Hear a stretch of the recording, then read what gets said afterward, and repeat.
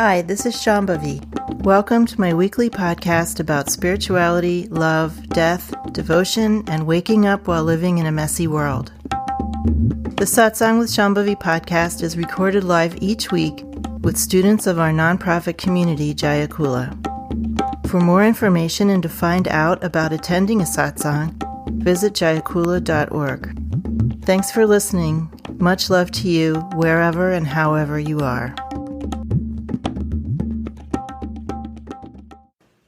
I was wondering if you could talk about perceiving other people's condition. Well, what prevents us from perceiving other people's condition is our concepts about ourselves and other people, our habitual patterns of perception, which are like filters between us and the immediacy of other people's reality or other people's experience or condition. So if we have a certain pattern of perception, our karmic pattern of perception, and that's in between us and other people, we're not going to see them clearly. And everyone has various patterns of perception that prevent or at least cut back on clear seeing. They might not prevent it altogether, but cut back on. As we practice, those patterns start to lessen their impact on us. They start to dissolve somewhat. And so then slowly as we go along, more clear seeing happens. This is a very natural process. So one thing I've noticed is that when you identify a pattern, you begin to recognize how it's impacting your perceptions of other people. Then you can begin to examine your perceptions with a bit of distance and test them. I have certainly done that. Of course, one of my, if not my biggest pattern of perception, and the one that got me into trouble, initiating students who really weren't appropriate to initiate, is optimism. I'm just so damn optimistic about things. And definitely over time, that has been vastly tempered. Back when I was much younger, if you had told me you're too optimistic, I would have thought you're an idiot. Who could be too optimistic? Why is that a problem? Optimism is wonderful. It is a filter. I don't know what's more painful to let go of, a filter that is negative or a filter that is giving you more positive results than you really should be getting. It certainly has been painful for me to have to strip away some of that optimistic, those rose-colored sunglasses. Over the last several years, I've definitely grokked that this is a form of unclarity. It doesn't mean that I think I should be more pessimistic. I think I should be neither. I should just look and see what's actually going on, right? So I'm not trying to swing back the other way. I'm just trying to be more realistic. The other part of the process that might be helpful is ask yourself, what is it serving you? How is it serving you? Because we do not maintain patterns if we are not being rewarded for them. I don't care how bad the pattern is or how much we think it's painful or depressing or sad. At the end of the day, we are being rewarded or we would stop it instantly. So in general, I think the overarching reward is a feeling of connection. We're all looking for a feeling of connection. I feel that at the base of every pattern is some attempt to connect or feel more connection. And just speaking personally, with my optimism about people's sadhana and their spiritual trajectory and their level of commitment or ability or capacity, I want company on the path. I want to be on a path with fellow worshipers.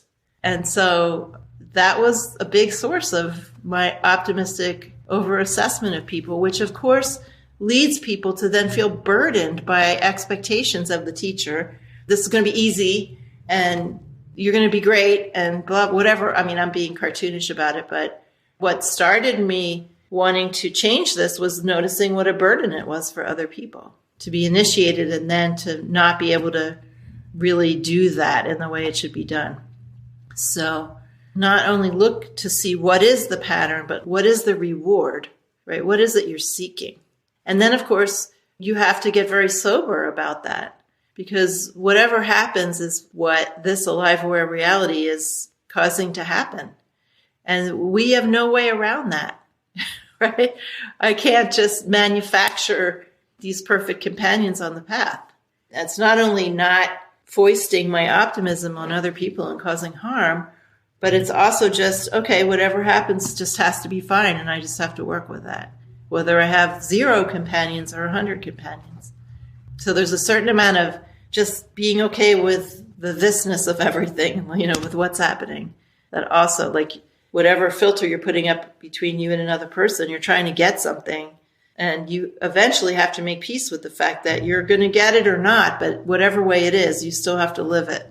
And are you going to live it as a practitioner, or are you just going to complain and feel horrible and whatever, So I have a question, something along those lines, like trying to do things a different way, I guess, like here's this pattern and doing this thing, and like wanting to do something different, not wanting to experience that pain again that always is a result of following that pattern. Mm-hmm.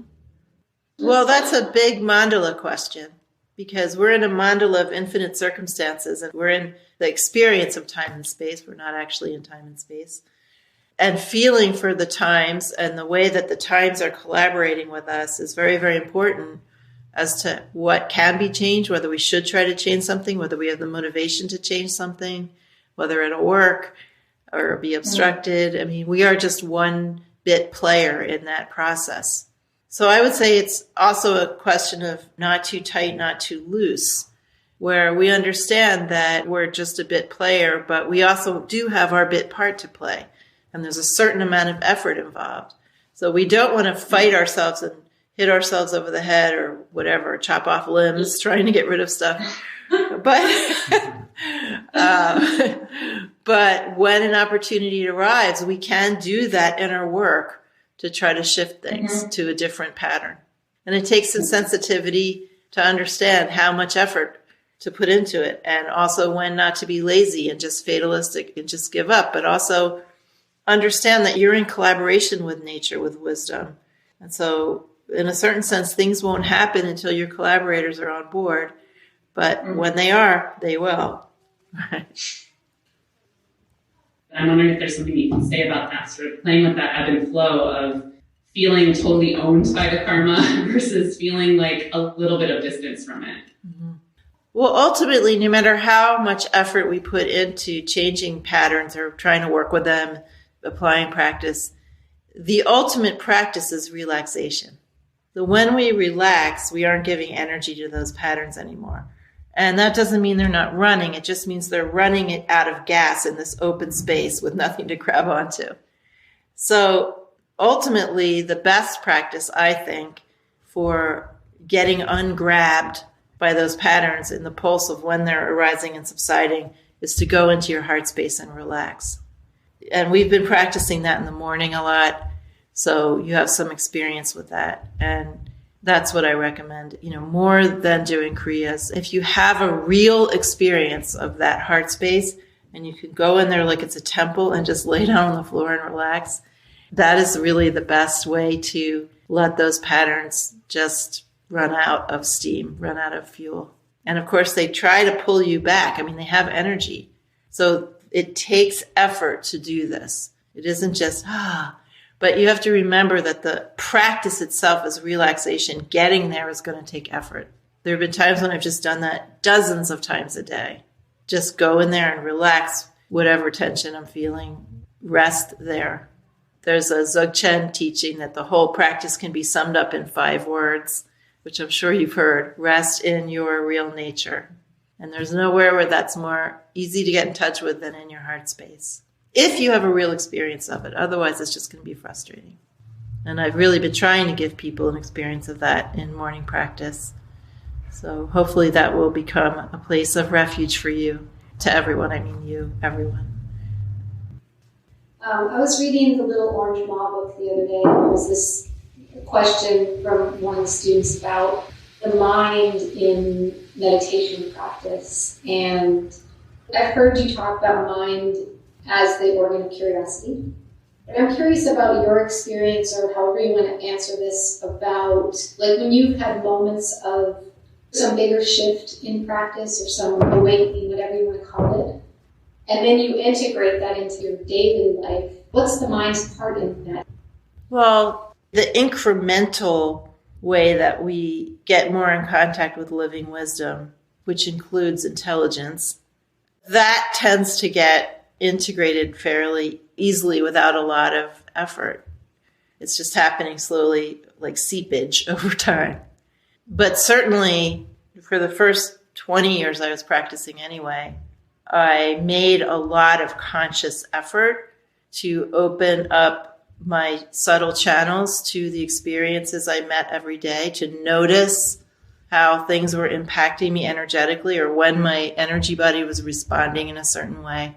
I consciously tried to increase my sensitivity energetically for many, many, many years. And that involves just a decision, like using my mind to make a decision to do that, to make a decision to notice when something is happening special energetically where my capacity seems to have increased momentarily, and to make a decision to go into my channels and try to relax more into that and expand on that and maybe do a Kriya or something like that.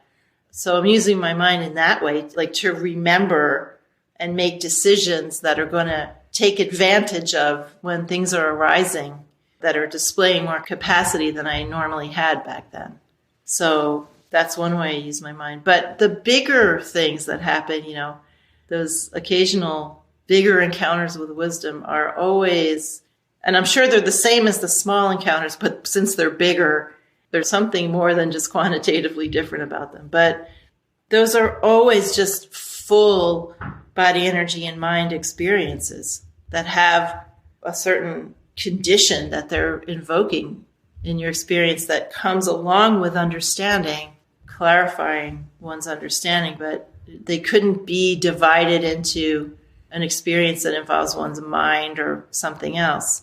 And so then trying to integrate those things, which sometimes takes years and years, depending on what it is, again involves, making a decision to do that, like having the understanding, the desire that this is why I'm doing this. And now this has happened. And I want this capacity to not just be a one-off experience. I want to be able to invoke this or live in this. And so in those circumstances, like for instance, when I've gone on retreat after something like that and tried to incorporate that more into my experience or make it more my own, the experience is not mind per se. It's like this intelligence that's meeting intelligence. And it's not exactly curiosity, but it has the same movement of curiosity, which is going into something, going to meet something. And it's like a feeling of freshness and alertness.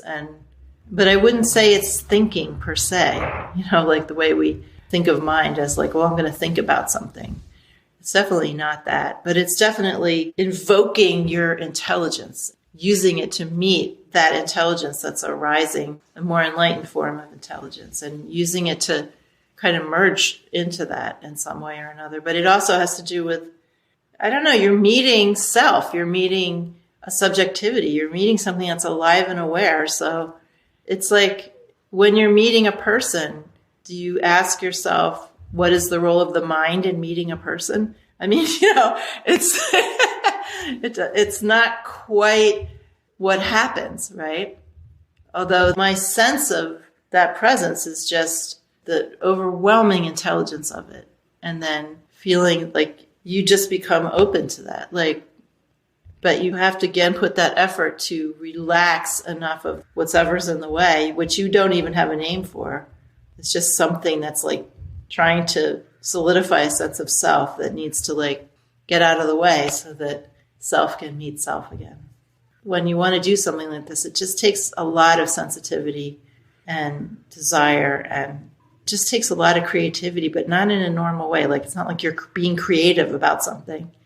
It's just, the creativity is much more like improvisation, like you're meeting something so fresh and so alive.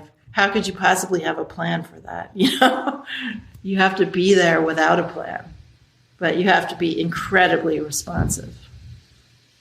So in your own experience, when you've had these moments of openings and then you are integrating it, is there a full body, including mind, but like a mental, physical, sensual memory of it? Yes. You're coming back to that. Yeah, a memory that can be re-invoked in all the cells of your body, energy, and mind. but also like out there too. I mean, it's not just about your body, energy, and mind. It's like a total thing. In the beginning, maybe it's just about your channels or your body or your energy or something like that. But after time, after you get to a certain point, it's never just about that.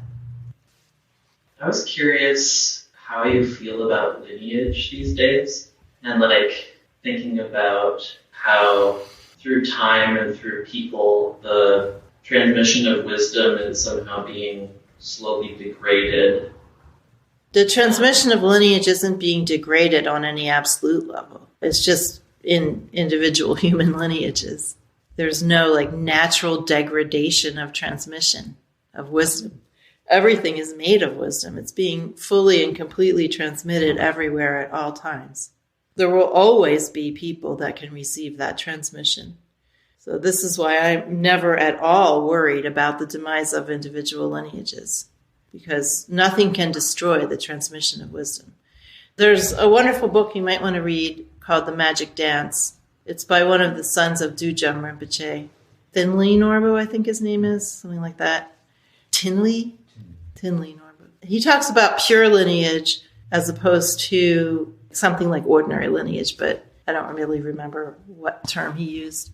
But the whole book is about pure lineage and what is lineage. And it's the most profound exposition on lineage, I think, ever.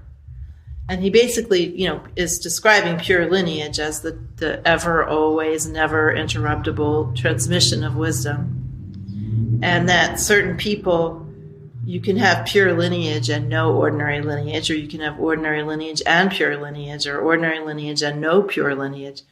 But what he said was, if you don't respect pure lineage, you cannot have respect for ordinary lineage.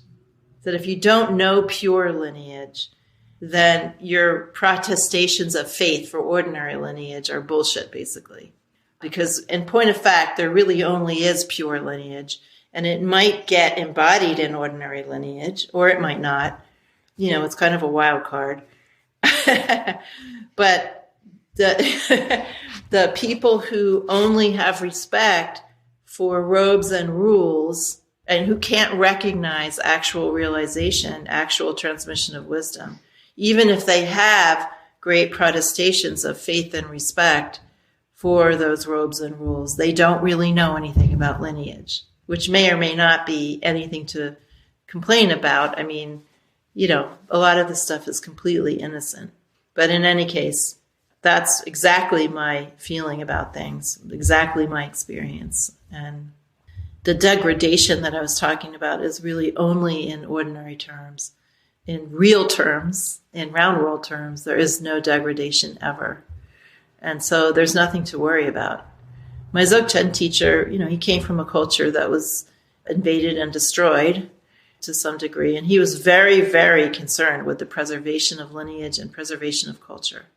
And I totally get that on an ordinary mind level. And it's a very beautiful tradition. It has beautiful art, beautiful, beautiful practices. And of course, I would feel grief if it went away. And it's also of great benefit to people. But if it did go away, there would be no loss of lineage. There would be only a loss of a form.